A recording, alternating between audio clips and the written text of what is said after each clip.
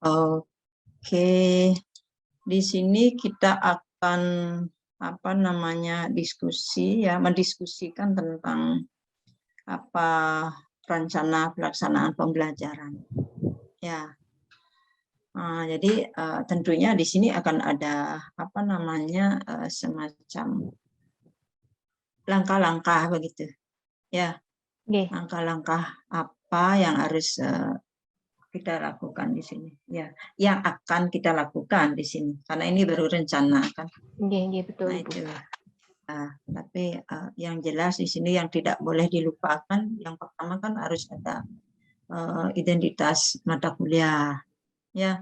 Nanti supaya identitas mata kuliah di sini pada rencana pelaksanaan pembelajaran ini tidak dengan yang di absen itu tidak lempas, harus sama, ya, harus sama dengan ada bukan yang di absen, yang di jadwal maksud saya. Ya, itu pasti harus sama nanti, tidak boleh beda nanti. Di sini umpamanya introduction to literary studies nanti di jadwal beda, tidak begitu. Ya. Nah itu mungkin di sini yang perlu diperhatikan juga. Jadi mata kuliah itu berapa SKS gitu ya? 2 atau 3, itu ada 4 ya, sampai 4. Ada juga satu mata kuliah 4 SKS. Yang pegang 4 SKS Ibu. Nah itu ada tim ya? Ada tim. Ada tim ya. Ya itu biasanya kalau 4 itu pasti ada tim itu. Itu biasanya ya. Yang 2 itu baru ya sendiri. Nah kemudian di sini itu penting juga ini karena kita juga terpaku kepada kurikulum di sini. Ya itu mata kuliah yang diampu itu termasuk mata kuliah inti apa mata kuliah MKTU apa istilahnya ya? Mata kuliah umum itu. Nah itu ya itu kan itu harus juga dicantumkan di sini, dijelaskan juga di sini yang program studi kan sudah ya. Nah itu terus mungkin ada langkah yang lain juga yang perlu disampaikan di RPP ini, itu tujuan. Ini penting juga tujuannya apa mahasiswa itu. Apa tujuan mahasiswa itu mendapatkan mata kuliah yang diampu masing-masing dosen itu. Saya pikir itu mungkin ya. Ya. Apa tujuannya itu? Ya, itu. Apa tujuannya? Mungkin ada berapa tujuan di sini, tidak harus 2 atau 3, mungkin ada lebih dari 3, mungkin sampai 5 tujuan gitu kan, silakan. Ya. Nah, itu di sini. Ini tujuannya sudah itu, kemudian ada deskripsi mata kuliah. Ya, mata kuliah itu harus dideskripsikan supaya jelas mahasiswa itu. Mata kuliah yang masing-masing mata kuliah yang diampu itu harus dideskripsikan. Ya. Nah, itu bisa disebut di sini apa intinya itu dicantumkan di sini. Inti-intinya cantumkan di sini apa yang akan nanti dijelaskan dalam materi pokoknya itu. Ya, ini pokok materi ini yang akan nanti diuraikan per minggu, per pertemuan. Salah begitu ya? Per pertemuan. Nanti kalau 16 pertemuan umpamanya ini kan nanti dibagi 16 dikurangi UTS dan UAS. Ya. Nah, itu. Niki udah ada rincian materi perkuliahannya untuk minggu keberapa? Ya, dia seperti itu nih yang keberapa nih minggu kedua, minggu seri ini 1, 2 tadi ya, salah saya ini. Di sini ada minggu ketiga sudah di sini. Ini kan minggu 1, 2 ini yang dijelaskan kan, nanti ini C3 sebenarnya 3 tentang kainnya, kemudian di sini 4. Nah ya, seterusnya. Kemudian dosen pengampunya siapa? Harus jelas di sini. Kalau tim ya tim di sini. Nah, di dosen ini tim di sini buat kalau emang timnya. Nah, referensinya itu ada berapa? Ada berapa referensi silakan 1, 2, 3, 4 dan seterusnya lebih dari itu. Ya, yang kira itu. Kemudian apa gitu. Penting sih Rencananya Niki biar kan sampai di sana mahasiswa ada ya. tahu ya. Ini mahasiswa secara umum harus tahu dulu ini semuanya, dan ini disepakati sama mahasiswa. Nah, makanya kalau awal kuliah itu ini harus disampaikan dulu ya. Disampaikan ini referensi, ini kan saat ini kita menyampaikan itu ya. Di RPP itu disampaikan sepintas kepada mahasiswa supaya dia ada bayangan. Sini kan ada referensi, nanti bisa dia lebih awal membaca referensi sebelum masuk ke materi, kan itu maksudnya di sini ya. Iya. Samping memang terus pakai pegangan ini referensi ini, dan silakan aja mahasiswa nanti kalau dia menemukan referensi yang lain itu kan lebih bagus lagi ya, lebih bagus lagi nanti kalau dia mendapat apa menemukan referensi sebanyak-banyaknya. Nah itu kan. Untuk yang pertemuan awal Niki mungkin apa usul Tiang Niki mungkin satu kali saja nih untuk yang definition karakteristik, kemudian mungkin yang minggu kedua bisa masuk. Oh, function. Iya, function juga Functionnya di yang sini. lama nih. Function yang lama di sini. Kalau definition enggak boleh satu definisi. Jadi ada banyak pendapat definisi di sini. Pendapatnya siapa gitu kan. Nah, baru kita menyimpulkan dari semua pendapat itu. Jadi satu definisi, yaitu kesimpulan gitu ya. Nah, kemudian functionnya ini ya lumayan. Ini karena apa? Setiap memaparkan mata kuliah itu harus ada diskusi, semacam diskusi lah. Jadi mahasiswa itu diberi kesempatan untuk belajar gitu. Sehingga nanti waktunya udah habis nanti. Ya. Nah, seperti itu.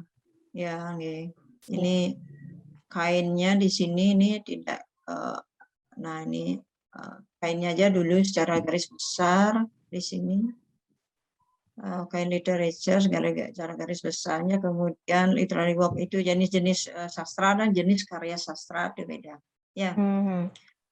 Setelah ada oral, nanti ada written. Kalau literary work-nya itu jenisnya ada poetry, ada drama, ada fiction gitu. Ya. Nah, kita nanti di sini spesial berbicara oral and written. Nah, itu contoh-contohnya seperti apa gitu ya. Jadi selalu nanti setiap minggu, setiap menjelas selalu nanti ada diskusi.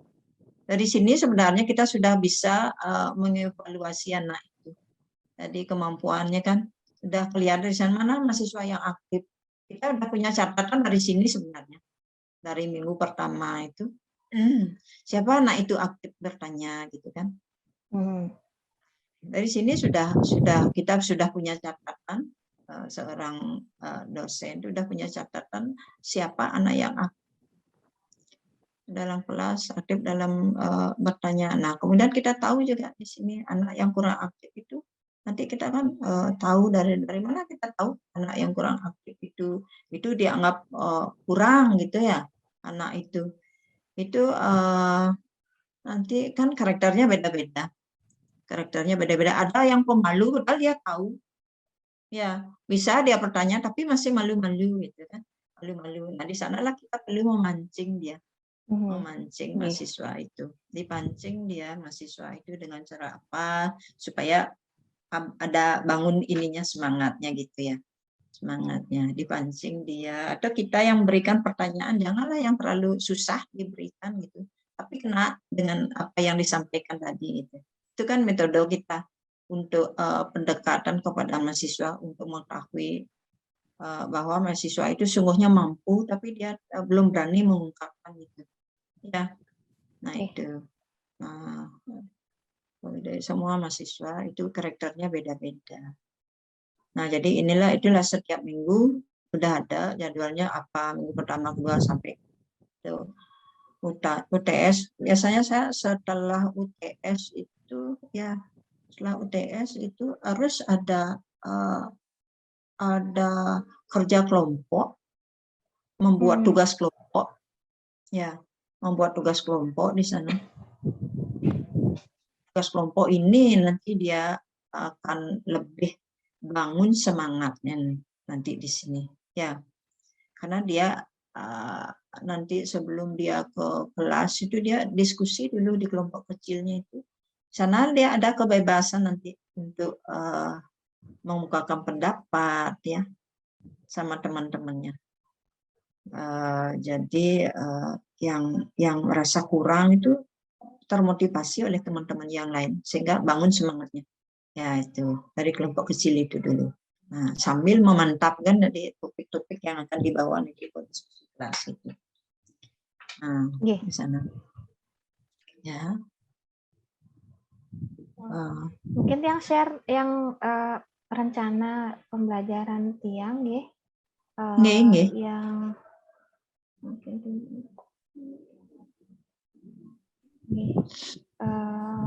untuk yang interpreting mata kuliah yang Tiang ampu.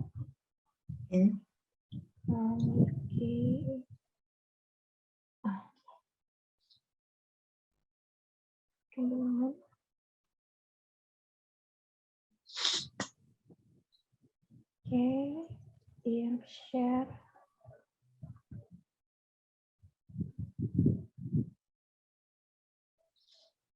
Enggak lemot.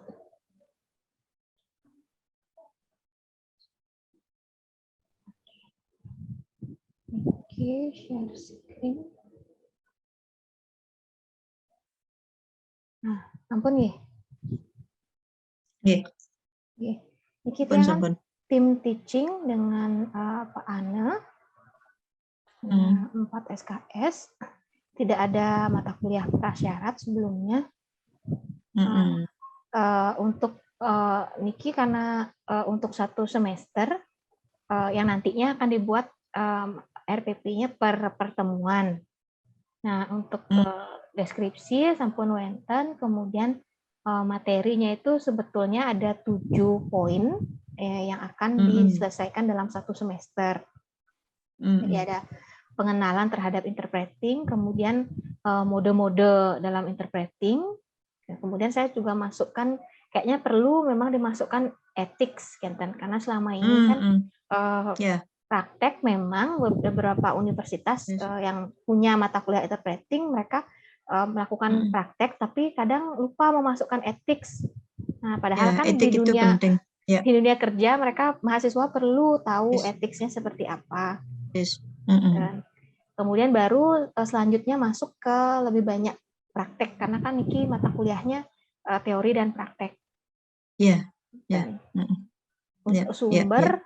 Untuk sumber juga untuk sumber saya coba juga berikan ke mahasiswa sumber-sumber latihan yang bisa dia gunakan untuk latihan interpreting secara online, begitu sumbernya. Karena memang agak susah di download begitu, jadi memang harus ada fasilitas internetnya mereka untuk latihan Niki. Kemudian Niki udah per minggunya kami susun apa yang harus mereka tahu lebih dulu, kemudian setelah tahu jenis-jenis dari interpreting, terlebih dahulu Tiang rasa harus membahas dulu kode etiknya sebelum mereka masuk ke praktik begitu, supaya nanti kode etik ini bisa mereka terapkan juga saat praktek, kan maksudnya. Betul. Ya, betul. Nah, rencananya sih di perencanaan Niki praktek akan lebih banyak dilakukan setelah UTS, supaya mereka sudah dapat setidaknya teori-teorinya, kemudian baru mereka aplikasikan, implementasikan di praktek. Ke saja sih kalau dari Tiang untuk perencanaannya. Ya, ini yang dipaparkan RPS ini ya? Yang Niki RPS, RPS untuk RPS. 1 semesternya, Kenten. Ya. Untuk 1 semester. Ya. Referensi sudah tadi. Ya. Referensi, sampun. Ya, itu yang coba juga masukkan YouTube, ya, dan presentasi apa, contoh-contoh yang memang ada di YouTube. Ya, itu penting. Ya.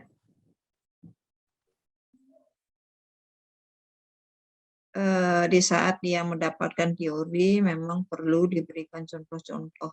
Ya, contoh-contoh yang di YouTube. Nanti dia akan ada apa namanya, ada bayangan gitu ya, ada bayangan seperti apa sih prakteknya begitu ya, apa sih praktek ya, itu lebih banyak latihan, baik itu nanti mungkin dia dalam grup ya, bisa latihan kan dia. Ya, Nanti bisa. satu sebagai apa, satu sebagai apa, satu sebagai apa, kan gitu ya. Role Nah play itu mereka. kan, ya, nah itu penting sekali itu. Ya.